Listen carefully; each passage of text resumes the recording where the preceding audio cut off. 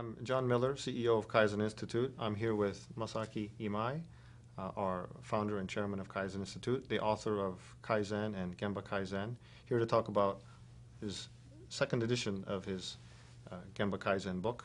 I'd like to welcome Mr. Imai. Thank you.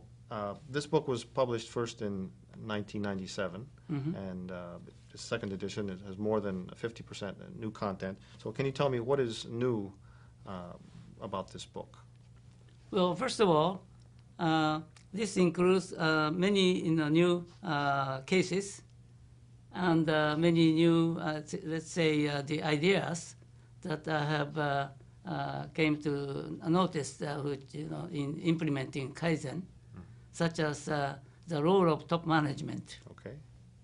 And I understand you had an interview with Mr. Arthur Byrne, formerly of WireMold, about this very topic. Can you tell us a little bit about that? And there is a very interesting case, of course, in the first edition about WireMold. Yes. And this time also, I had a good opportunity to talk with him. And well, I think he's a very good personification of each individual and the CEO, in playing the critical role in embracing the lean approach. Yes. So the new chapter, I believe, is called "The Role of the CEO in Kaizen." So correct. We have a good discussion with him about that.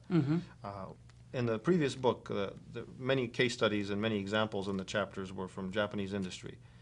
But you've been traveling the world, and there have been many companies worldwide doing lean and Kaizen.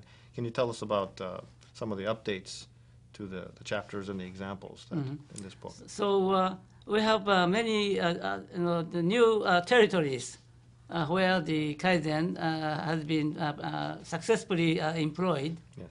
And from almost all the continents of the world. And also, we have now included many cases, not only from manufacturing, but from any non-manufacturing and service and governmental organizations, yes.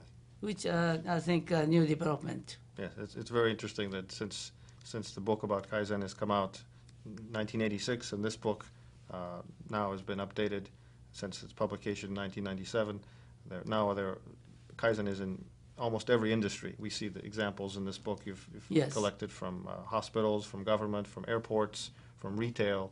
So it's truly become a worldwide phenomenon. What do you think is today the need? Why today is Kaizen, Gemba Kaizen, still important after almost 30 years? Well, because this is the age of global competition and global supply chain management, yes. and it is not simply enough to be the best in one country. And we really have to understand what the world best organizations are doing and what the worldwide customers' requirements are.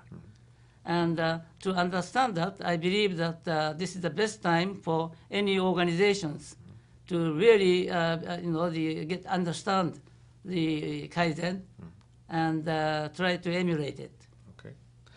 Some organizations say that Kaizen or lean management is not compatible with innovation or new product design and creative environment because it is too structured or too different than the innovation thinking. However, there's some examples in this book where innovation has been used, or Kaizen has been used to effectively promote and drive innovation. What is your view on innovation and new product creation and Kaizen and lean? Are these two compatible, or are these two very different things? Well, I would say that there are two ways of making improvement.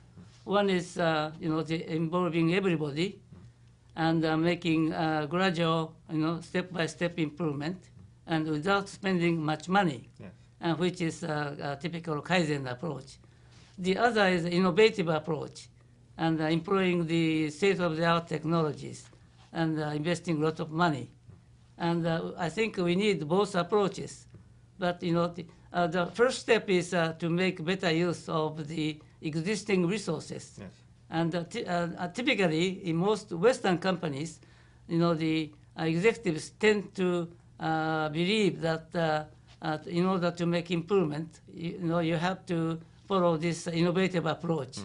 On the other hand, the Japanese industries have benefited most first, from applying Kaizen, Yes. and then, if necessary, they have tried to introduce innovative approach as well. So I would say that they are both mutually helping each other. Okay, good. You've traveled the world and seen many companies, helped many companies over the last almost 30 years. And how many, what percentage or what number of organizations worldwide do you think have begun to use Kaizen and Lean? Is it 5%? Is it 10%? Is it 50%? 90%? In your estimation? That is where my biggest frustration comes.